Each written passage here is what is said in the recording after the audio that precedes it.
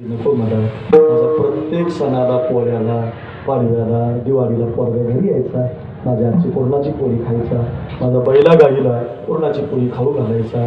मला आता पोरगा नाही राहिला, तुम्ही तेवढं माझ्या घरी येत जा, माझ्या आजची पुरणाची पोळी खात जा आणि माझ्या बैला गाईला तुम्हीच पुरणाची पोळी खाऊ घालत जा.